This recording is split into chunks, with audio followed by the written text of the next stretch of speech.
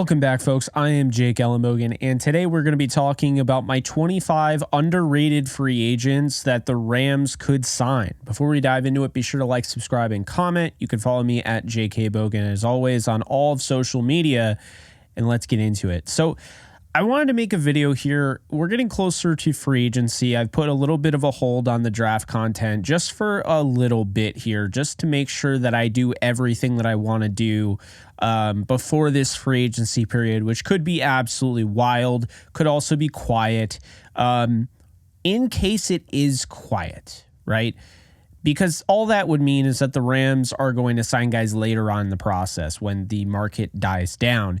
I have put together a list of 25 underrated free agents. Now, some of these guys could go very early on, in the market, first wave and everything. But some of them might stick around. And I didn't want to call it bargain bin because these are players, these are people. I don't want to look at them as objects. But I want to get started. We're going to go through the position order. This isn't in any specific order, but my next video on the free agency market will be a top 25 list of the 25 free agents that would be on my board if I were the Rams. So let's dive into the quarterbacks here. We've talked about Carson Wentz. We've talked about Gardner Minshew. We've talked about some other guys. But I wanted to make mention of two quarterbacks here that make this list, 1 and 2. We're going to talk about Tyrod Taylor here, the 35-year-old quarterback, soon to be 35. Now, I watched him. I was at the MetLife game, and of course, you guys saw him. I thought he played pretty well against the Rams defense. He's somebody that offers mobility. He's a guy that just never seems to get a chance. He really never got a full chance throughout his career. He's been successful. He's been a guy that, Johnny on the spot, he can take over in a pinch and make things happen. So Tyrod Taylor, if all else fails, it would be very interesting to have Tyrod Taylor backing up Matthew Stafford. I think it would actually make a lot of sense. This is somebody that's been in the league for a while, so he's very intelligent, can obviously learn a playbook and come in a pinch, and there's not much that he hasn't seen. So you look at the mobility factor, and obviously we saw him almost win the game against the Rams with that running ability that's still there at age 35, but I think it'd be a good move. He's not getting talked about. He's number 1 on my underrated list. Number 2, quarterback Easton Stick from the Chargers. Now, I think there's a chance Stick gets brought back as the backup for Herbert, but if not, he is a very intriguing player here who I thought played some really solid football down the stretch. When Justin Herbert was ruled out for the season, I thought you saw some really good things out of Easton Stick, who is not just named after a hockey stick, but no, all jokes aside, this is somebody that can run. This is somebody that can make throws downfield and get guys involved.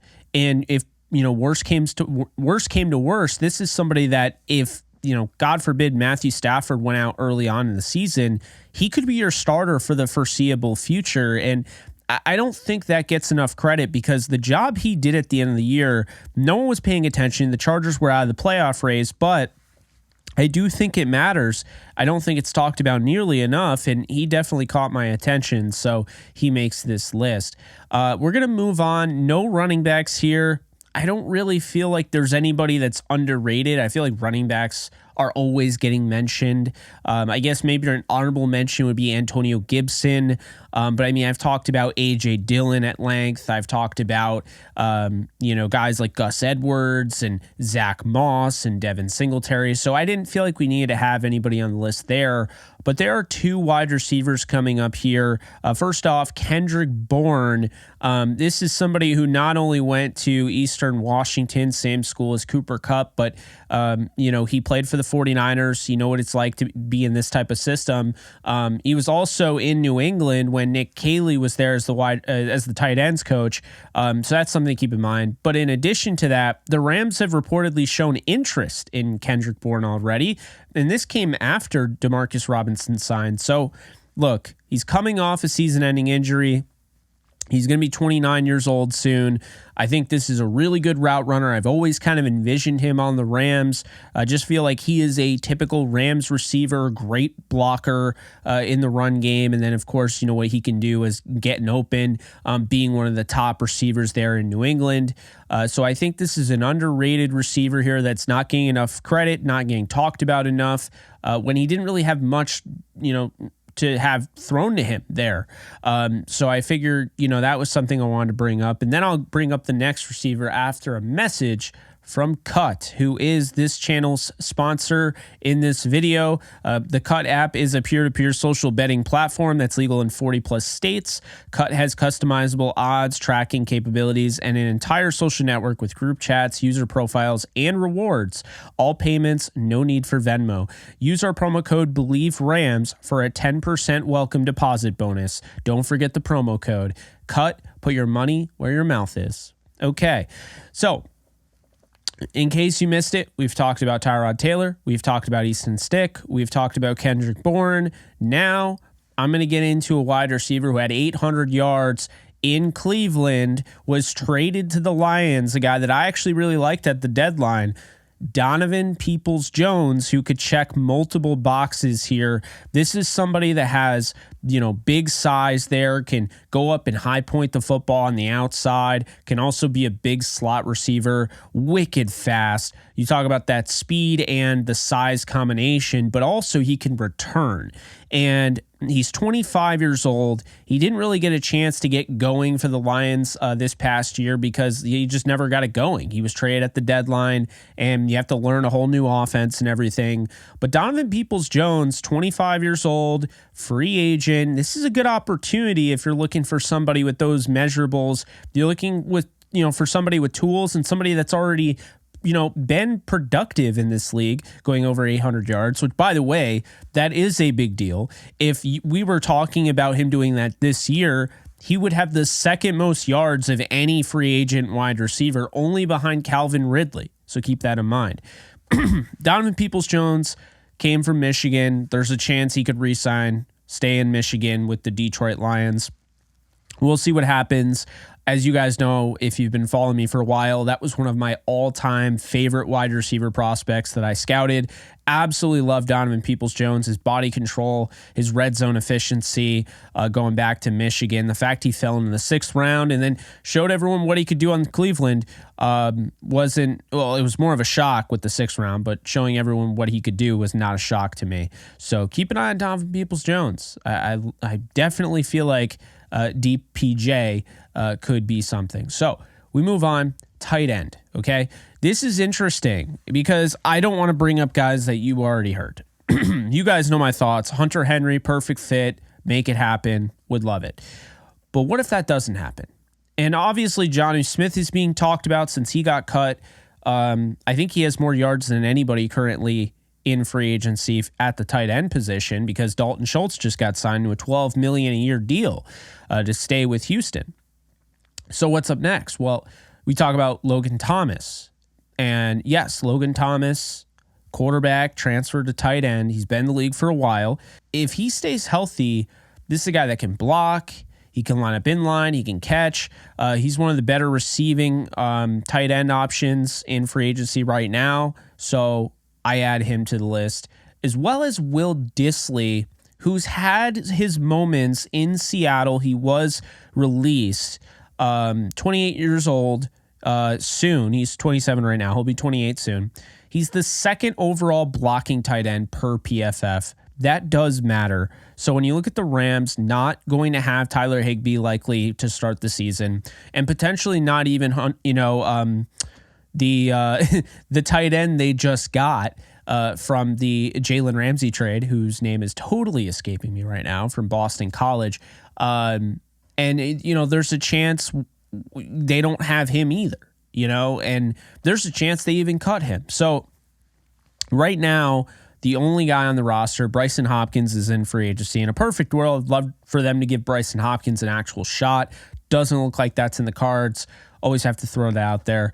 But it looks like it's just going to be Davis Allen, who you could really feel, Hunter Long, there we go, who you could feel good about. And to me, Davis Allen is not ready to be a number one receiver and a number one tight end and take over all of the responsibility. So bringing in Hunter Henry is a no-brainer, but if that doesn't happen, Logan Thomas, I mentioned, but also Will Disley could help in the blocking department. Again, second overall blocking tight end per PFF. He's had some success in the receiving game.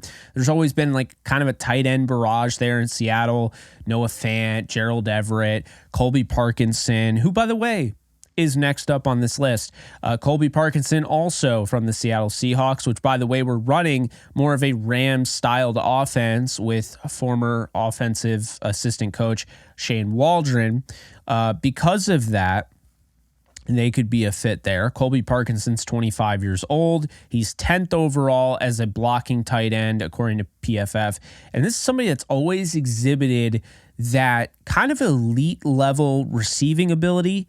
Now, I'm not saying he's an elite receiver, but I'm saying we've always seen that. Like, we've seen in bits and pieces, this guy can be a problem in the open field when he gets the ball. He's hard to bring down and he's fast. And we saw this coming out of Stanford. So I really like Colby Parkinson. And obviously, I mean, the channel, I think we interviewed him a while back. I do remember that. But Parkinson is a talent, and he's young, and this would be kind of a cool pickup there, because I don't think he'd cost a ton and he'd be very sneaky, and that's why he ends up on this underrated list.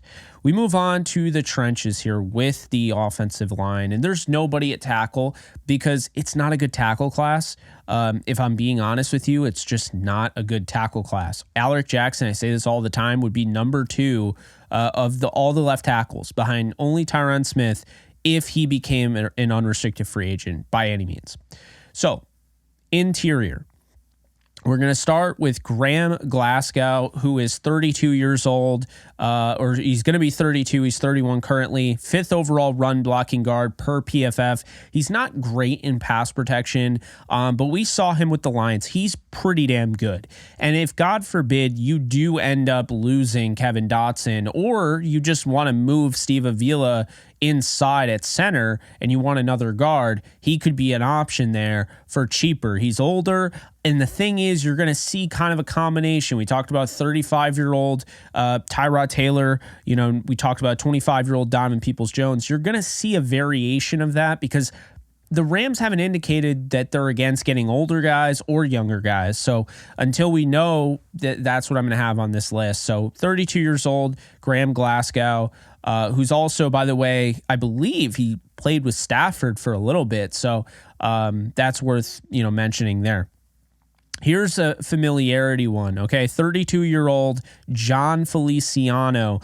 You might not realize this, but John Feliciano has familiarity with Ryan Wendell. John Feliciano, of course, finished his season with the 49ers, which ended in the Super Bowl. And there was a bunch of stuff where, he was calling out teammates and whatnot, which isn't great. But Feliciano was the 4th overall blocking guard per PFF. I thought he played really well in a pinch, gave him 10 starts during the regular season. And he was with the Bills with Ryan Wendell. So there is a very real possibility, if God forbid they miss out on Cevan Dodson, they try to get a Robert Hunt and he's not available. They try to go out and get Michael Onwenu and he's not available. They could go with a guy like John Feliciano and draft maybe Cooper Beebe and develop him behind a guy like John Feliciano. It would be like a 1-year deal, but underrated and very effective. He's a very underrated offensive lineman as it is, but he's not getting any talk about him being a free agent. I think he could come in and right away be a plug-and-play guy. So gotta like that. We have next here guard Ezra Cleveland, who, of course, has played tackle before. And Ezra Cleveland is intriguing here. He's 26 years old. Well, he's currently 25. He'll be 26 soon. The Rams had pre-draft interest in this guy. Like, there was a point where I believe they tried to trade up and get Ezra Cleveland, if I'm not mistaken. And he struggled in Jacksonville when he was traded over to Jacksonville from Minnesota. But when he was in Minnesota, he was playing pretty well this year. So I think it just wasn't really ultimately a good fit for him. Again, this is a tackle guard, offers that, flexibility. I think he'd be much better with the Rams. I think he'd be much better with Ryan Wendell coaching him up. So I like Ezra Cleveland as a potential option, not even just to start, but to add some depth. I think he's going to be relatively cheap here, kind of fly under the radar because this is a good guard class. You talk about Kevin Dotson and Robert Hunt, then you have Michael Onwenu. There's a lot of, talent here. Upper echelon guys, and it might push a guy who's 26, 25 currently down the board a little bit. And I think that is an opportunity there for the Rams if they pick up on it. So Ezra Cleveland, I listed there. We move on to centers. I have two here. One guy you definitely know the name of. The other guy you might have forgotten about. Okay. I think some of you liked him in the draft. So I'm going to bring him up. Okay. Tyler Biadasz, 26 years old, 3-year starter for the Cowboys. Looks like they're moving on from him. I don't know how that's going to, what that entails and everything, but solid center. If you don't bring back Coleman Shelton, which, by the way, I'm not trying to, go breakneck speed and give him all his money to bring back Coleman Shelton. I think, you keep the familiarity, you keep, the continuity with him and Stafford. I get that, but I'm not trying to break the bank. And worst comes to worst, I think Tyler Biadasz would be just as good, if not better, than Coleman Shelton in this offense. So I like him at 26 years old. Again, 3-year starter, for the Cowboys. Just somebody to keep in mind. And of course, the Wisconsin connection, because this team just loves drafting Wisconsin players. Nick Harris. Okay. Nick Harris is the second center here, the only other center listed out of Washington. Now, this is somebody 25 years old, youngest center on the market currently, and he flashed from time to time. He's currently with the Browns. Well, he's going to be a free agent soon. Nick Harris is intriguing here because he could also fly under the radar. It's a good center class. Like interior offensive line, it's pretty good. Tackle, it's not. So Nick Harris could fly under the radar, and this would be a nice move for the Rams, who do not need to start him, but they could find a really good depth piece and get a really nice backup center that would be an upgrade over Brian Allen, who they got rid of. And currently, there's no one on the roster that plays center, so that's worth mentioning. Okay, we move on to the defensive side. I've talked a ton about the offensive side. Now we move on to the defensive underrated free agents, and a guy that you've definitely heard of. If you watch Red Zone, he was making plays left and right this year, but for whatever reason, no matter what this guy does, no matter how many plays he makes, he does not get talked about nearly enough, and that is Andrew Van Ginkel. It could be because of his name. 29 years, he'll be 29 years old soon. Great in coverage, okay? 53 pressures this year. I think the question is he an inside linebacker? Is he an outside linebacker? He's an edge defender. Okay, I watched the film with him and I was really impressed. This is somebody where if you got him for, a decent, $6-7 million deal over 2-3 years or whatever, you don't have to bench a Byron Young should you go out and get Danielle Hunter. I think you could double up on pass rushers in this free agency class. And the thing I like about AVG, which is what I'm going to call him from now on, AVG, the thing I like about him is that he has some of that situational pass rusher to him, but you can also move him all over the field. Like I said, he's great in coverage. He can just completely jump a route and take it back for 6. He's done that. He can get to the quarterback. This is somebody who could be kind of a Swiss Army knife weapon for Chris Shula's defense. And I think it makes a lot of sense to bring a guy like AVG in because of all the things he does extremely well. And the reason he's on this list is because he's really good. And PFF rated him as one of the highest, rated guys. But for whatever reason, I don't know why, but for whatever reason, this guy is not getting talked about at all. And you almost forget that he's a free agent. And maybe you didn't even know he was a free agent because that is how little he's being talked about. Now, worth mentioning, Dolphins let go. They already announced that they're not going to They didn't place the tag on Christian Wilkins. They let go of Jerome Baker. So there's a chance that they're going to go hardcore and get AVG back. And I wouldn't be surprised. I think it's stupid to let him go. But one thing I will say, a big caveat here about AVG, is that he just played in a Vic Fangio scheme and had his best season of his career. And I think that kind of shows you that, it's not the same, but it's similar.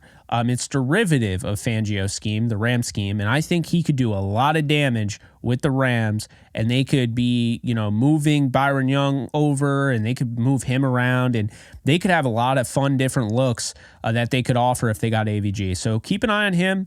Not talked about. I wanted to put it out there. Big fan of his game.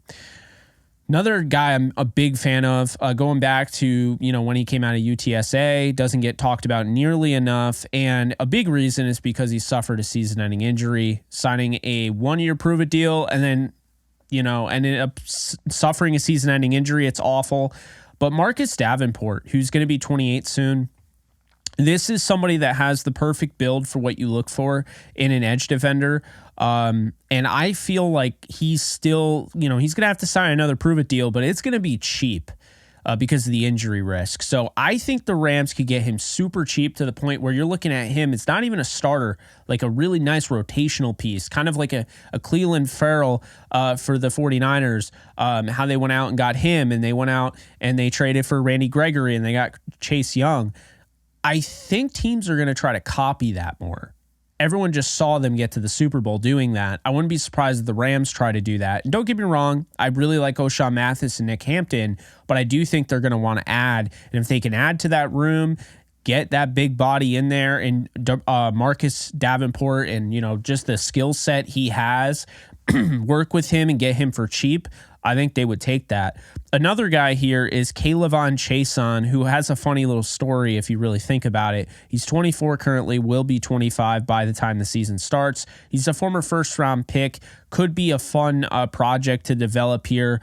But why is he funny? Well, because he was picked with the Rams pick that they gave the Jaguars for Jalen Ramsey. So it would kind of be funny for the Rams to pick him up, and it seems like something that maybe they might even do. I think he'd be a good fit. I've always kind of thought that. I just don't think it worked out in Jacksonville, but I'm a believer a lot of these guys have talent, and even when they start off slow in their, their career, their first rookie contract, it just doesn't go well. To assume that they're not a good player based on one place, at, one location that they were at, is just not fair to the player. So I do think that he could, find some success with the Rams, and we'll see what ends up happening. But keep an eye on Cevan Chason, who again is not being talked about. Okay, next up we have 3 inside linebackers. And look, Blake Cashman I've talked about a ton, so maybe he's not underrated, but I still feel like he is underrated, so I'm going to bring him up. He's 28 years old soon, before the season starts.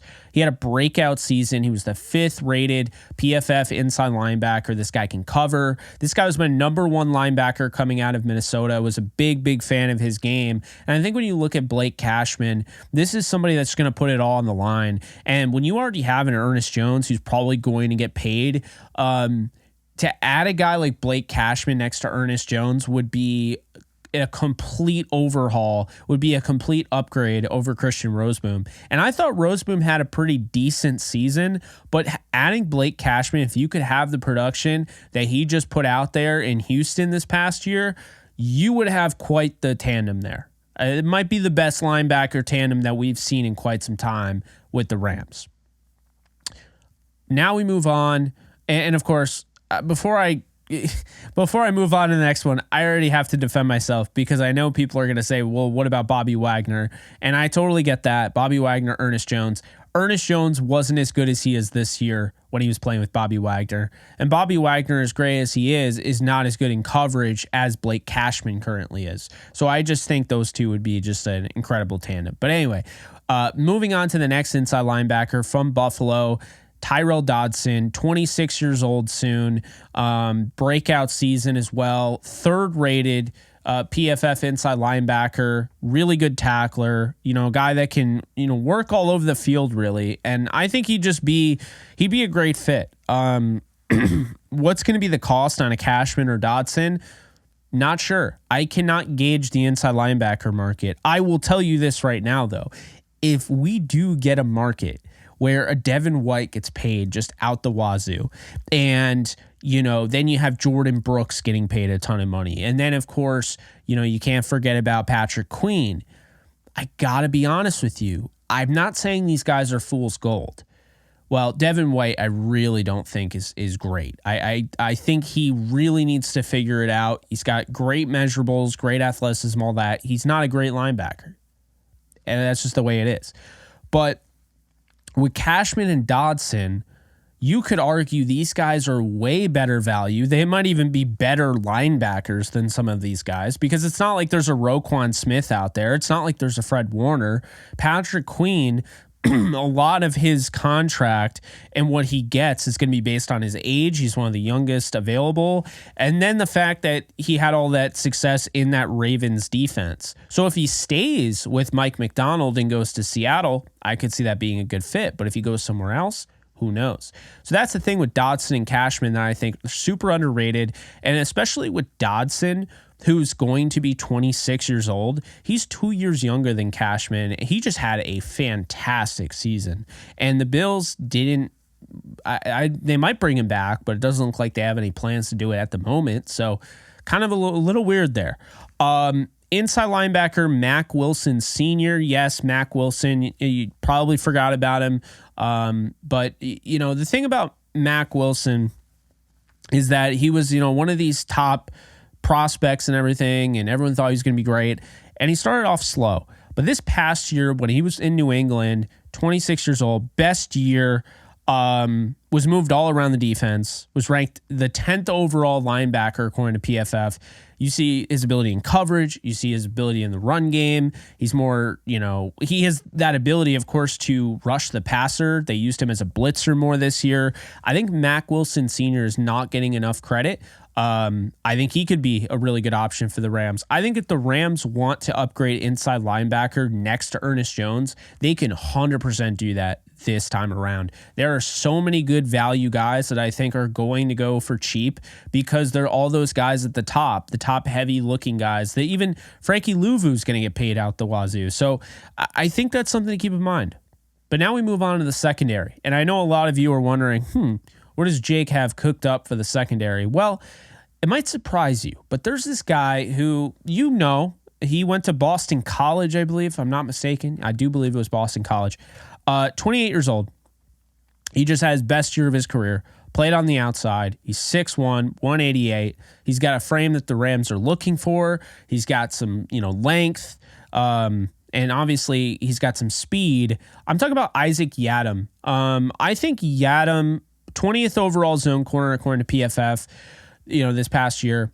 Just watching the film this past year when he got out of, Denver, watching him with the Saints, I thought that was the best he's ever been. I thought that was the best he's ever looked. He looked comfortable in zone coverage. He looked really comfortable in man. I thought he made some huge plays, especially in that Bucs game. And I think the biggest issue with Yiadom was when he went up against the Rams. I think the Rams absolutely cooked him. But for the most part this year, I thought he played really well in relief for an injured Paulson Adebo. So I like Isaac Yiadom a lot. I think this guy could absolutely start across from Ahkello Witherspoon and you would be fine because you have that size. He's underrated. And I really feel like if he was playing in that Rams system, he'd be even better. So this is somebody you could get for cheap.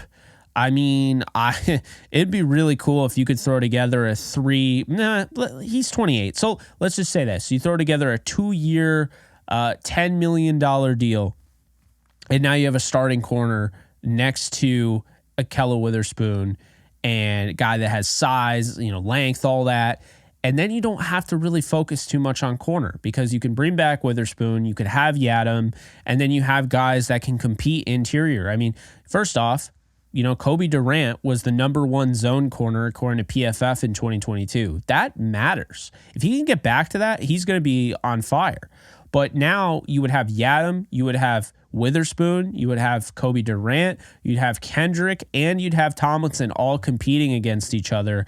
That's a lot, I think. My only concern is that you'd probably want to add another corner just in case, but I would really like that. So Yadam is one of those guys that I put really high on this list.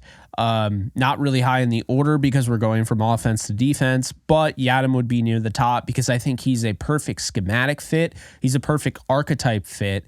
And I think he's finally starting to play the best football of his career. So it'd be a perfect thing. Next up is Sean Murphy Bunting, who's going to be 27 soon. The 6th lowest passer rating last year in zone coverage in 2022. I said last year, but really it's 2022. Tennessee was not a good fit for him. He signed a prove-it deal after expecting to get paid a little bit more on the open market. Ended up settling for a 1-year deal with the Titans. Wasn't a good fit.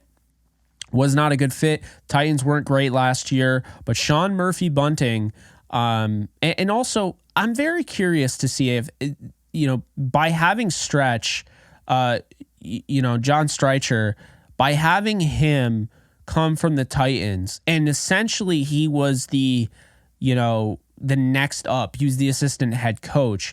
It makes you wonder if they're going to grab anybody from Tennessee. I think that connection might have some payoff.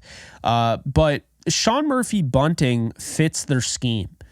And I wasn't a big fan of his play this year in Tennessee, but when he was with the Bucs, I thought he played pretty damn well. And he could play in the slot, he can play on the outside. So I actually like him as a sleeper option here. Initially, I said no, but I did more research, and I like him as an underrated guy here. Another guy that I think is underrated that had kind of a down year this year, but doesn't get talked about nearly enough because he's got the zone corner, attributes there. He's got the size. I think he could be a really good fit for the Rams is Michael Davis from the Chargers. He's 29 years old. This guy's had some really good seasons. This past season was not one of them.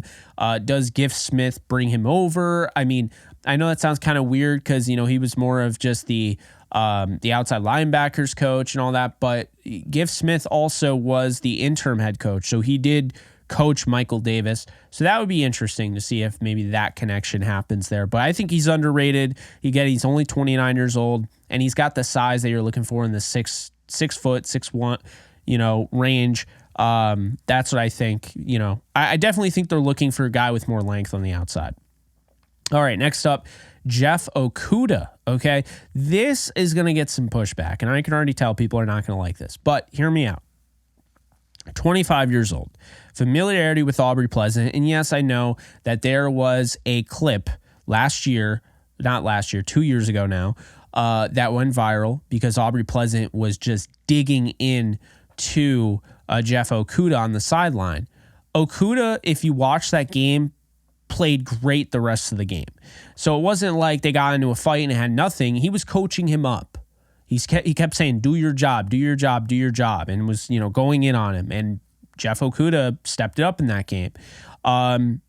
He's got so much to work with. I mean, he's got the 6'1", 200-pound frame.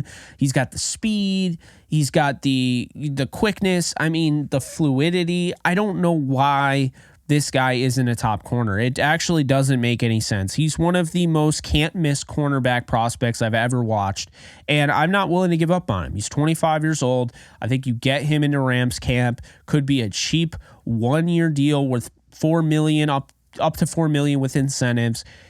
His stock is just absolutely on the floor, but he's got all these tools where if he's coached up properly, something could happen here. And I'm not going to say the Lions gave up on him too quick.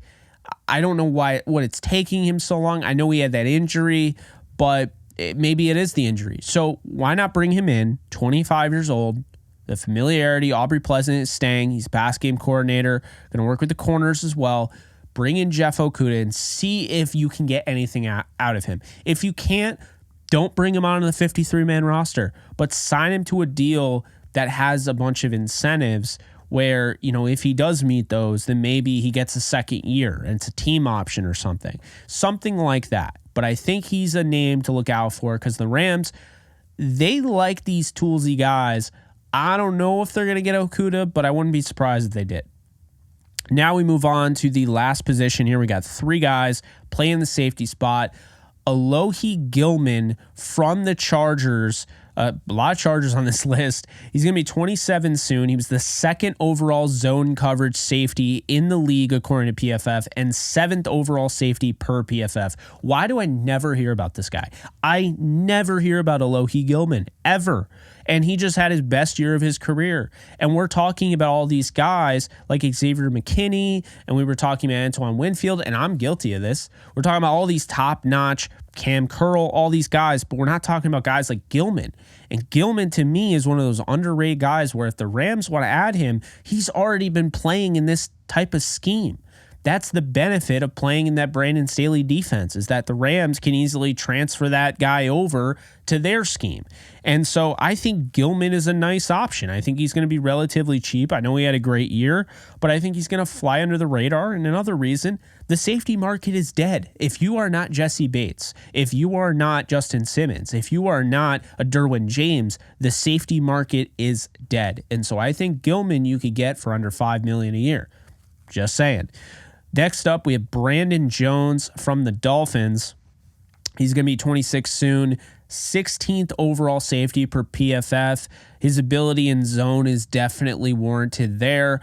I think Brandon Jones is another intriguing guy. If you want to go more young here, you can do that. If you want to go older, Tayshaun Gibson, guys like that, they also fit the scheme.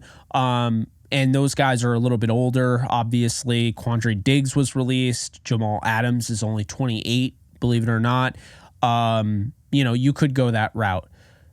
The next guy and the final guy is one of the best safeties in football in 2022 and fell off a cliff in 2023. But I'm even more interested because of that. Because if he didn't fall off a cliff, I think there's a chance he'd be back and the Bucs would have re-signed him. And that is Ryan Neal.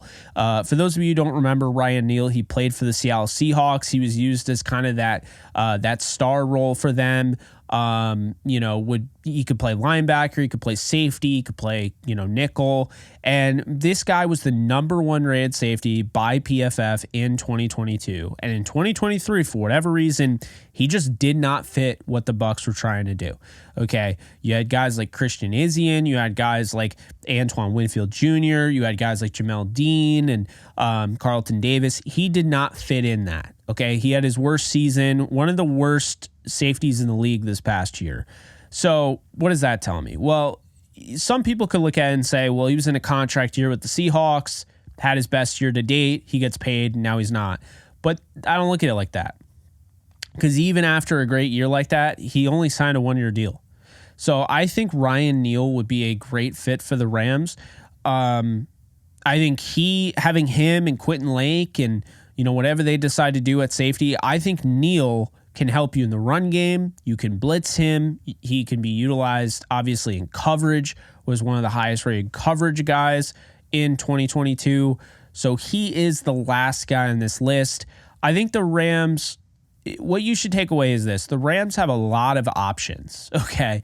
I wanted to get these names out there so you have some idea of who to look forward to, who to eye, because it's going to be a long process. It's going to be fun. A lot of guys are going to get signed early on, but don't fret. There's still a lot of opportunity here. If the Rams don't go balls to the wall coming out of free agency in the first wave, the second wave, they could come away with a guy like Yadam, kind of similar to Akello, find another starter. And again, you don't want to do this when you're a young organization, doesn't have has unproven coaches, has the money, but you're not willing to spend it. You do want to do this when you have the coaching staff. You do want to do this when it's already been a tried and true formula. And the Rams have used this formula. They have gone out and found guys that work with their scheme, that work with their system. They go out and they find a Darius Williams. They find a Marquis Christian. They find an Akello Witherspoon. They find Demarcus Robinson. They find all these guys. They trade for a Kevin Dotson and an Austin Corbett. That's the way they roll. And so I think there's a really good chance that quite a few of these 25, guys on this list could be Rams. Maybe, a couple of them.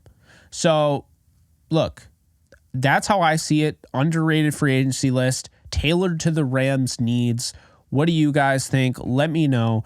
Again, to wrap it up, Tyrod Taylor, quarterback, Easton Stick, quarterback, wide receiver Kendrick Bourne, wide receiver Donovan Peoples-Jones, tight end Logan Thomas, tight end Will Disley, tight end Colby Parkinson, guard Graham Glasgow, guard Jonathan Feliciano, guard Ezra Cleveland, center Tyler Biadasz, center Nick Harris, edge Andrew Van Ginkel, edge Marcus Davenport, edge Cevan Chason, inside linebacker Blake Cashman, Tyrell Dodson, Mack Wilson Sr., cornerbacks, we have Isaac Yadam, Sean Murphy Bunting, Michael Davis, Jeff Okuda, wrapping up with the safeties, Alohi Gilman, Brandon Jones, and Ryan Neal. I hope you guys enjoyed. It's a little bit of a different video, but you guys earned it. You guys have been really patient with the draft stuff, but I really didn't want to let any time go where we weren't, putting out these free agency, videos, because this is going to be important. We'll look back on this and we'll be like,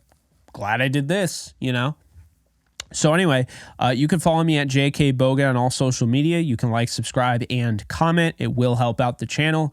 And I'll see you guys in the next one. Later, folks. Do you love talking about the Rams, the NFL, or just want to be a part of a community? Join my free Discord server today. We're over 800 members. We got 24/7 live chat, a level 3 boosted server, the ability to call into JE Live, playing online games with us on Kick streams, toggleable alerts for when I go live on YouTube or Kick so you don't miss a live stream, and exclusive giveaways. Click the link in the description, the comments section, or the link that comes up in the video to learn more and join today.